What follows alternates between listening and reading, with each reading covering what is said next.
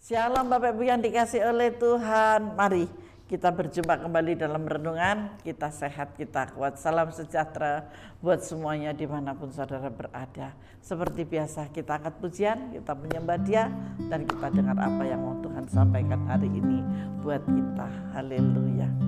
Mari kita melayani lebih sungguh dan lebih lagi. Mari kita angkat pujian ini Bapak Ibu bersama-sama.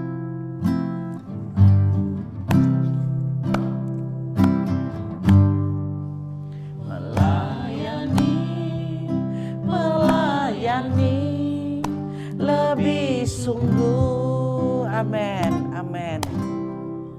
Melayani, lebih sungguh, amin, amin. Tuhan lebih dulu melayani kepadaku, melayani, amin, melayani lebih sungguh. Mari kita melayani Tuhan lebih sungguh lagi.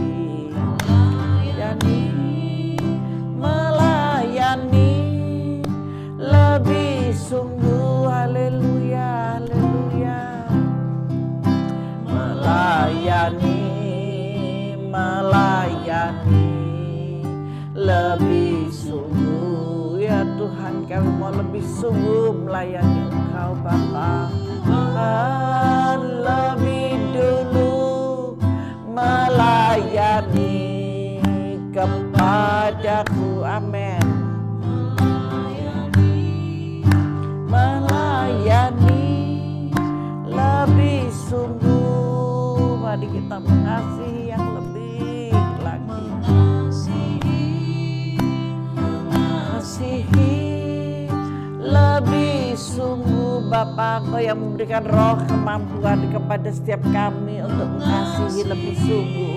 Ketika kami berani untuk berkata lewat pujian ini adalah suatu doa dari setiap kami anak-anak-Mu Bapa. Tuhan lebih dulu mengasihi kepadaku, amin. Mengasihi lebih sungguh, haleluya, amin. Tuhan lebih dulu mengasihi kepadamu, amin, amin.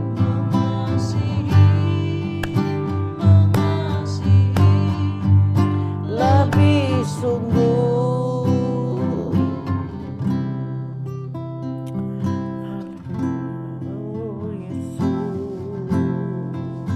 Kami mau mengasihi-Mu lebih lagi. Kami mau menyembah-Mu lebih lagi. Oh, haleluya, haleluya. Bapa, terima kasih. Kami lebih lagi mengasihi-Mu.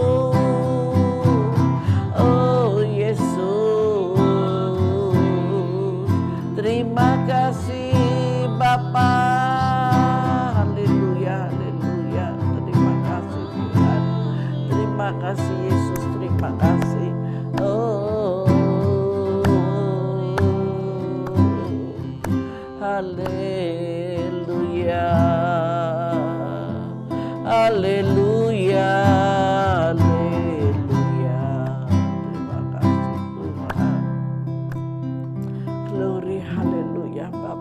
Bersyukur Tuhan, kami berterima kasih Bapa. Haleluya, mengasihi lebih sungguh, melayani lebih sungguh. Bapa, terima kasih. Memperhatikan semuanya di dalam nama Yesus. Terima kasih Bapa. Syukur kami naikkan bagi-Mu Tuhan. Biarlah saat ini Engkau mau berbicara kepada kami, menuntun kami Bapa di jalan kebenaran-Mu. Melalui setiap firman yang hendak Kau berikan bagi kami. Kami mau Bapa, kami mau dituntun Tuhan. Terima kasih Bapa. Terima kasih Yesus, kami mau Bapa. Karena firman-Mu adalah kehidupan buat setiap kami orang-orang yang percaya. Di dalam nama Yesus, di dalam nama Yesus, di dalam nama Yesus. Glory, haleluya. Kau datang Tuhan dan memberkati kami dengan firman-Mu. Haleluya. Mari yang siap untuk menerima firman Tuhan, mari bersama saya katakan amin. Mari Bapak Ibu Saudara dikasihi oleh Tuhan, kita masuk dalam kebenaran firman Tuhan. Saya mengambil dari 1 Raja-Raja 18, jadi masih tetap ya di Raja-Raja 19, cuman ayatnya aja yang mundur dari ayat yang ke-7 sampai ayat yang ke-15. Di sini saya memberikan judul menghormati hamba Tuhan. Saudara sudahkah menghormati hamba Tuhan? Ketika saudara mau menghormati hamba Tuhan, berarti saudara mau menghormati Tuhan. Karena hamba Tuhan yang diurapi itu adalah wakil dari Tuhan yang ada di muka bumi. Loh Bu, kalau ada hamba Tuhan katanya wakil, tapi kalau hidupnya enggak karuan gimana? Itu bukan urusan saudara, tapi urusan Tuhan. Karena hakim yang adil itu adalah Tuhan. Biarkan, jangan ikut menghakimi. Biar Tuhan sendiri yang menghakimi. Awal pertama saya katakan demikian. Maka saudara diberkati, maka milikilah roh yang takut akan Tuhan. Ketika hamba Tuhan ini berkata kepadamu yang tidak enak, jangan bilang, waduh kok nggak enak ya, ini bukan, ini salah, begini, dan saudara mengutuki, itu saudara akan kena kutuk sendiri. Tetapi lepaskan berkat dan lepaskan roh pengampunan. Amin. Saya mengambil dari 1 Raja-Raja 18 ayat yang ke-7. Saya baca ayat yang ke-7 saja, nanti saudara bisa selesaikan sampai di ayat yang ke-15 ya. Di sini dikatakan, sedang Obadya di tengah jalan ia bertemu dengan Elia. Setelah mengenali dia, ia sujud serta bertanya, engkaukah ini hai tuanku Elia? Di ayat 8, jawab Elia kepadanya, benar. Pergilah, katakan kepada tuanmu Elia ada. Ini karena hamba-hamba Tuhan ini, para nabi-nabi ini sedang dicari untuk dibunuh. Karena siapa? Karena Isabel. Isabel ini istri dari seorang yang raja yang sangat dihormati, dan raja ini memiliki seorang pegawai ya. Pegawainya itu namanya Bapak Obadya, dan orang ini tunduk sekali gitu ya dengan tuannya dan menghormati tuannya, sehingga dia menjadi pesuruh, menjadi tangan kanannya begitu. Tetapi istrinya itu sangat jahat sekali, tetapi saya tidak membahas kepada istrinya. Yang saya bahas, mari kita menghormati hamba Tuhan yang dijadikan sebagai wakil dari Allah. Dan seorang utusan ini adalah orang yang benar-benar dipercaya oleh seorang raja, istrinya Isabel itu, yaitu Raja Ahab. Nah, ketika dia dipercaya, bayangkan orang dipercaya itu selalu menyampaikan apa yang benar, apa yang baik, apa yang salah, begitu ya, semua dia sampaikan. Dan akhirnya dia di tengah jalan itu bertemu dengan Nabi Elia. Sedangkan seorang nabi ini dia mengatakan, tangkap aku, kasarnya gitu, tangkap aku, langsung aku berikan kepada tuanmu, suaminya Isabel. Tetapi abdi Allah ini, Obadya ini tidak mau melakukan akan hal itu, karena dia sangat mengerti siapakah hamba Tuhan itu. Bagaimanapun hamba Tuhan itu jeleknya, bagaimanapun hamba Tuhan itu gak karu-karuan karakternya, kita tutup mulut, kita diam, kita berdoa supaya dia disadarkan. Dan setelah sadar, hamba Tuhan ini boleh menerima berkat yang luar biasa, karena berkat itu datangnya dari hidup kebenaran. Orang hidupnya benar pasti diberkati dengan luar biasa. Dan di sini yang mau saya katakan, ada 4 hal yang saya ajarkan. Kita menjadi lebih dekat dengan Tuhan, itu caranya. Bagaimanapun saya bisa berintim dengan Tuhan, saya bisa berbicara dengan Tuhan, kita harus lebih dekat dengan Tuhan. Kalau tidak kenal maka tidak tidak sayang. Saudara kan ditanya, kenal sama Bapak Presiden, tahu sama Bapak Presiden Joko Widodo, tahu, kenal, belum. Nah, kan sayang. Tetapi di sini yang Musa katakan, mari semakin kita mengenal Kristus, kita ada di dalamnya, kita bergerak di dalamnya, kita bekerja di dalamnya, maka engkau akan memiliki hubungan yang sangat intim, hubungan yang sangat dekat.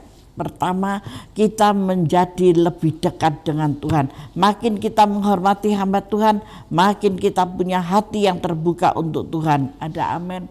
Ketika saudara menghormati hamba Tuhan itu berarti hati saudara sudah terbuka, lebih lagi terbuka. Makin kita lebih dekat kepada Tuhan, makin kita dihantar untuk menikmati dan melihat serta merasakan perkara-perkara yang dahsyat dari Tuhan. Jangan melihat berapa besar gerejanya, jangan kita menghormati hamba Tuhan karena khotbahnya hebat, karunia-karunianya hebat.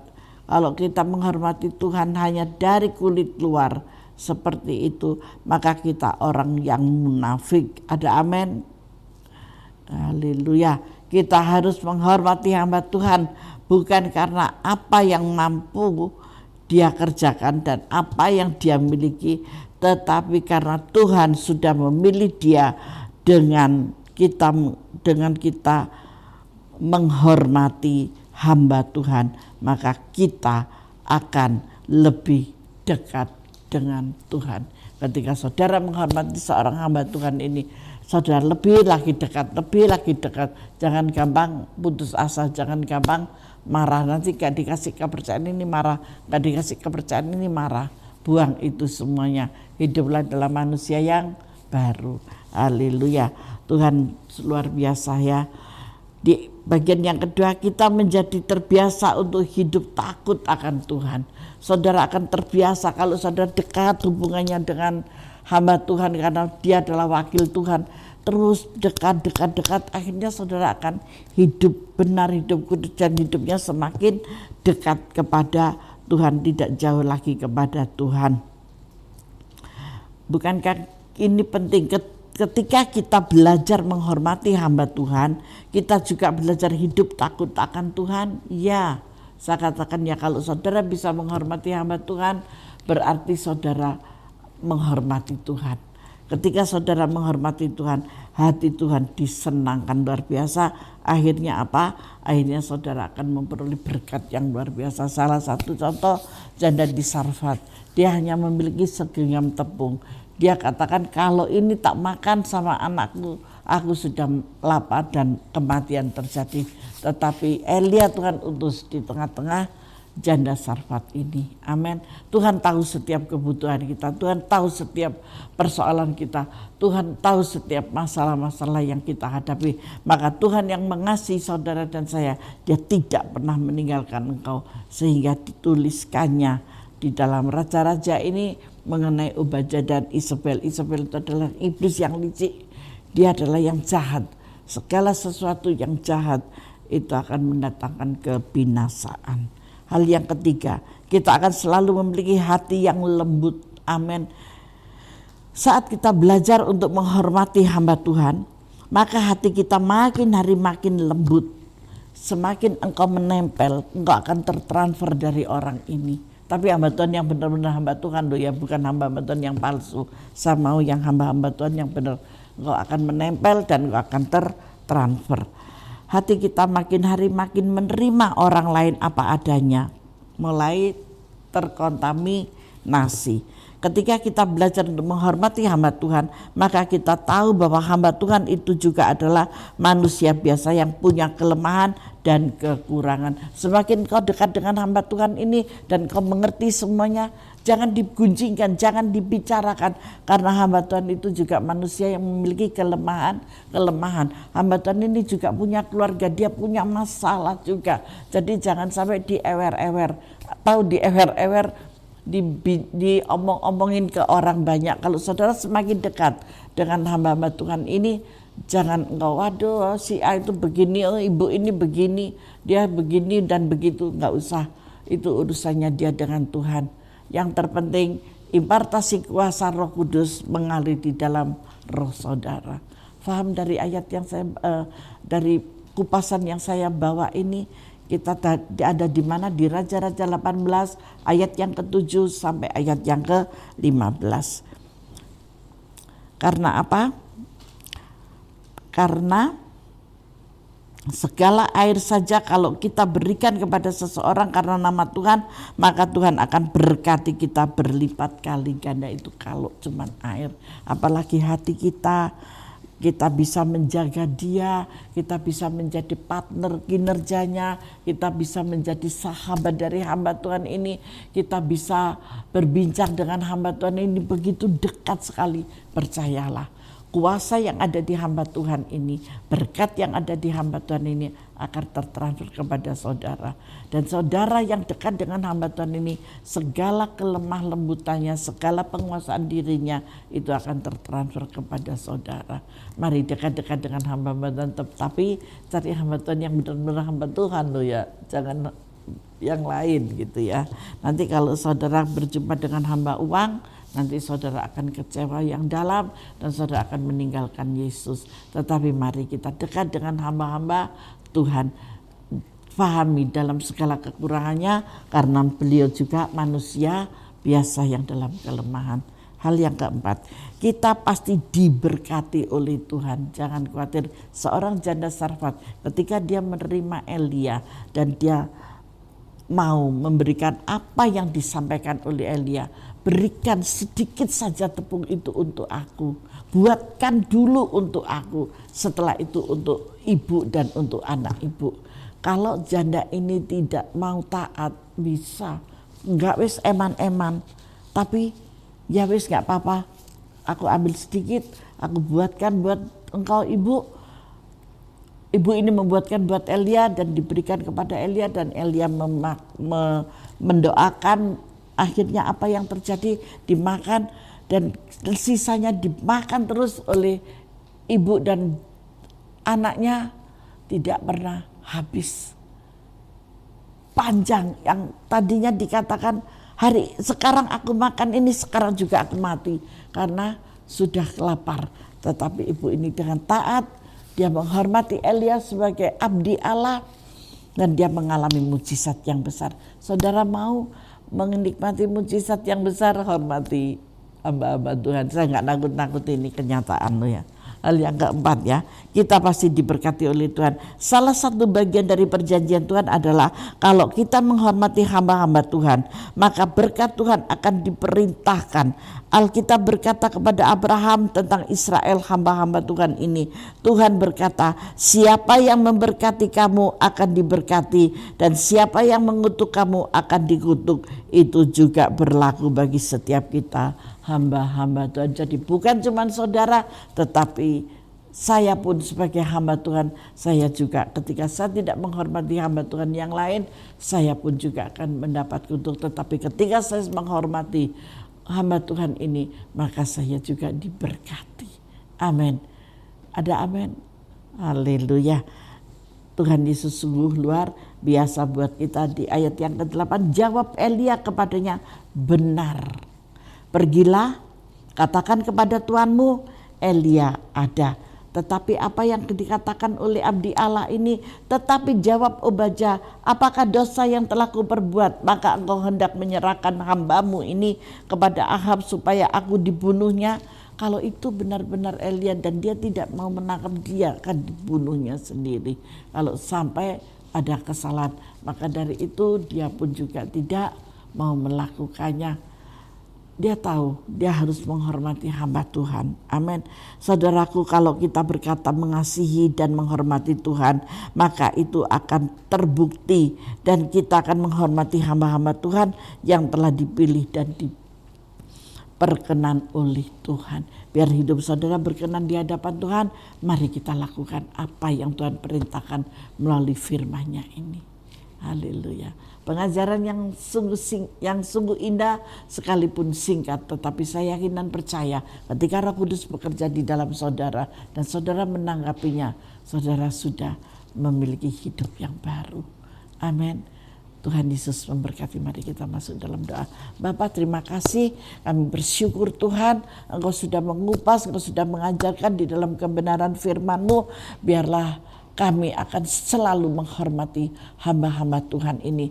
Siapapun dia dan bagaimanapun hamba Tuhan ini, beliau sudah Engkau urapi. Untuk itu Tuhan, mampukan kami Bapa bisa mengendalikan diri kami di dalam nama Yesus. Karena kami tahu ketika kami menghormati hamba-hamba Tuhan sama dengan kami menghormati Engkau. Ketika kami menghormati Engkau dan menyenangkan hati-Mu, maka Engkau mengalirkan berkat atas hidup kami, keluarga kami, rumah tangga kami, pekerjaan kami, studi kami, pelayanan kami. Di dalam nama Yesus. Terima kasih banyak Bapak, terima kasih. Berkati anak-anak-Mu dimanapun mereka berada. Dengan berkat Abraham, Ishak dan Yakub, di dalam nama Tuhan Yesus Kristus. Haleluya. Yang percaya sudah diberkati bersama saya katakan amin. Tuhan Yesus memberkati kita semuanya.